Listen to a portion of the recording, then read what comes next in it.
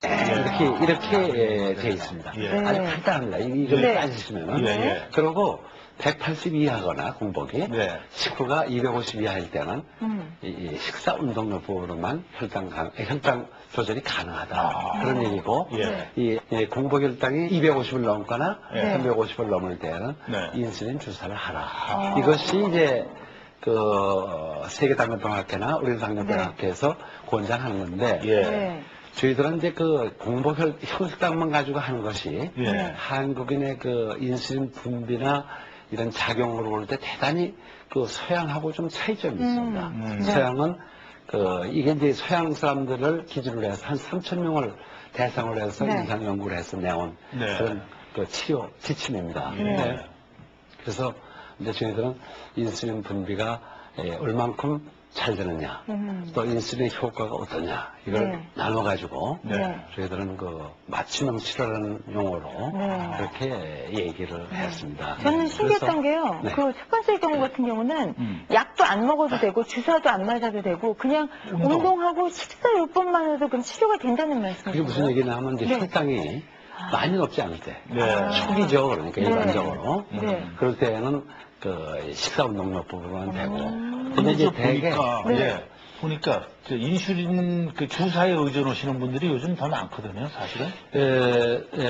좀 많이 있습니다. 근데 이제 그 주사에 의존하는 것은 우리가 이제 인슐린이라고 하는 것은 인슐린을 써야 될 분이 쓰시면 참 명약입니다, 그것은. 근데 이제 인슐린을 쓰지 말고 식사나 운동요법 혹은 경구 혈당 강화제로다가 되는 당뇨병이 인슐린을 쓰는 것은 조금 잘못된 겁니다. 왜냐하면은 과거에는 이런 대사증후군이라고 해가지고 인슐린의 효과가 문제가 돼서 오는 당뇨병. 이것이 우리가 잘 모를 때에는 이제 그것이 그대로 그냥 통용이 됐지만 지금은 인슐린 효과가 안 좋아서 혈당이 높을 때 그 효과를 낮추는 약을 안 쓰고 만약에 주사를 놓거나 인슐린을 놓거나 또 몸에서 인슐린 분비를 촉진하는 그런 약제를 쓰면은 오히려 그 본인의 그 당뇨병의 특성하고 반대되는 그런 치료로 갈 수도 있습니다. 그렇군요. 그래서 맞춤 치료를 해야 된다는 그렇기 때문에 말씀이군요. 한 가지 또 말씀드릴 것은 우리나라 당뇨병 환자들은 이제 이게 뭐냐면 공복의 그 혈당입니다. 이것이 이제 많은 환자들은 이렇게 공복 혈당에 따라서 이제 인슐린 농도를 본 겁니다.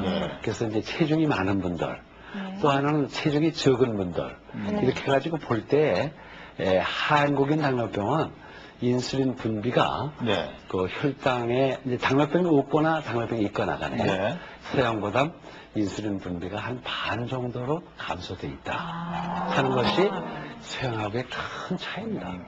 이것이 대단히 중요한. 쉽게 얘기하면 서양 사람들은 인슐린 분비가 활발한데 우리는 그게 잘 안 된다.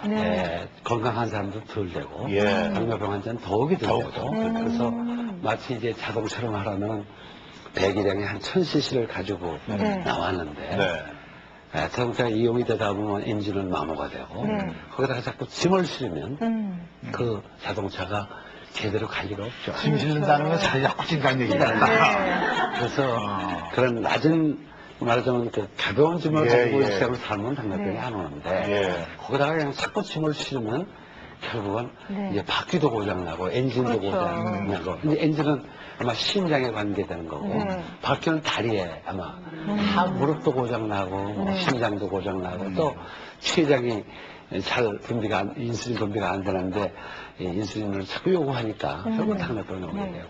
그러면은 한국 사람이랑 서양 사람이랑 이렇게 다르다 보니까 치료도 다르게 해야겠네요. 아까 말씀드린 것처럼 저는 이제 그 인슐린 분비를 그 잘 안 되고 중간 이것을 이제 그 이 세 칸으로 나누고 그리고 인슐린의 효과를 그 이 좋은 군 나쁜 군 이렇게 나눠가지고 그래가지고 이제 그 여기 지금 나옵니다만 이형 이건 주로 우리가 얘기하는 2형 당뇨병을 얘기합니다. 맞춤법으로 말하면 성인형 당뇨병 이거에 대해서 이쪽이 인슐린 분비가 제일 안 되는 쪽이고 중간 잘 되는 부분 그리고 이 두 칸이 여기는 인슐린 효과가 아주 좋은 부분이고 이거는 인슐린이 잘 작용을 못하는 그런 경우로 해서 6칸으로 나눠가지고 모든 사람들을 평가해보면 여기 어디엔가 해당이 되게 돼 있습니다. 네. 그렇게 했을 때 인슐린, 예를 들어서 인슐린이 아주 안 나오고 효과가 좋으면 인슐린을 맞으면 혈당 조절이 잘 됩니다. 그렇죠. 근데 그런 인슐린도 안 나오지만 또 효과가 나쁜 분이 있습니다. 그런 분은 인슐린을 많이 맞아야 혈당이 떨어지고 또 좀 더 맞다 보면 또 자꾸 저혈당이 오기도 하고 또 체중이 늘고 그래가지고 막 혈당이 춤을 추는데 거기다가 식사 운동을 또 게을리하면 그러면 여러 가지 합병증이 빨리 오게 됩니다. 막 그런 분들이 우리나라에는 대단히 많습니다. 그래서 우리가 그리고 또 인슐린 좀 중간 나오고 효과가 좋을 때는 식사 운동에다가 그냥 그 인슐린 분비하는 약을 쓰면 됩니다. 그리고 잘 나올 때 그냥 식사 운동만 하고. 그리고 효과가 만약에 떨어져 있고 인슐린 분비가 어느 정도 잘 나올 때는 인슐린을 또 기능을 높여주는 약제가 있습니다. 먹는 약이. 그런 걸 쓰면 되고. 그리고 이제 중간 될 때는 인슐린 분비를 촉진하는 약을 쓰고 또 효과를 높이는 약을 쓰고.